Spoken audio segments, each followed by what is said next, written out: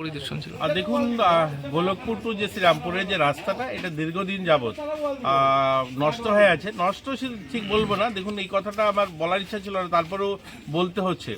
আমাদের কৈলাসহরের দুর্ভাগ্য যে কৈলাসহরে যখনই কোনো ডেভেলপমেন্টের কাজ আসে, এখানে কতিপয় কিছু লোক যারা বিভিন্ন পলিটিক্যাল পার্টির আশ্রিত, সেটা বামপন্থী বলতে পারেন বা কংগ্রেস পার্টির যারা, এদের কারণেও আরও রাস্তাগুলো খারাপ হচ্ছে। এই রাস্তাটা আপনারা জানেন, সত্যবান দাস তিনি এটা টেন্ডারটা পেয়েছিলেন এবং সেটা আমি বিধায়ক হওয়ার আগেই পেয়েছেন। অথচ এই রাস্তাটা 4 বছর, আমি বিধায়ক হয়েছি 3.5 বছর, এবং এটা 4 বছরেরও বেশি সময় হয়েছে সত্যবান দাস কাজটা পেয়েছেন।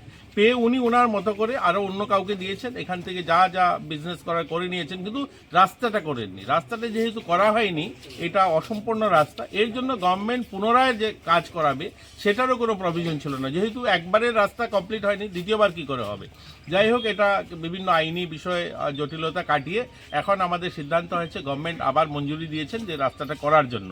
তা এখন ওনারা সিদ্ধান্ত নিয়েছেন করবেন, কিন্তু আমাদের ইচ্ছা ছিল যে দুদিকে যদি আমরা ড্রেন করতে পারি তাহলে এটা পার্মানেন্ট রাস্তাটা হতো। যেহেতু এখানে এত জায়গাটা ছোট, কোনো জায়গায় ড্রেন করা মুশকিল, কিন্তু কোনো জায়গায় করা যেতে পারে। তো এখানকার এলাকাবাসীর সঙ্গে আমরা কথা বলছি যে ওনারা যদি সম্মতি দেন বা ওনারা যদি চান ড্রেন করতে, তাহলে আমরা ড্রেনের জায়গাটা যদি পাওয়া যায়, তো পুরো রাস্তাটা যদি আমরা ড্রেন করতে পারি তাহলে রাস্তাটা পার্মানেন্ট হবে। তো এটা নিয়ে আজকে আসা এবং সবার সঙ্গে কথা বলা।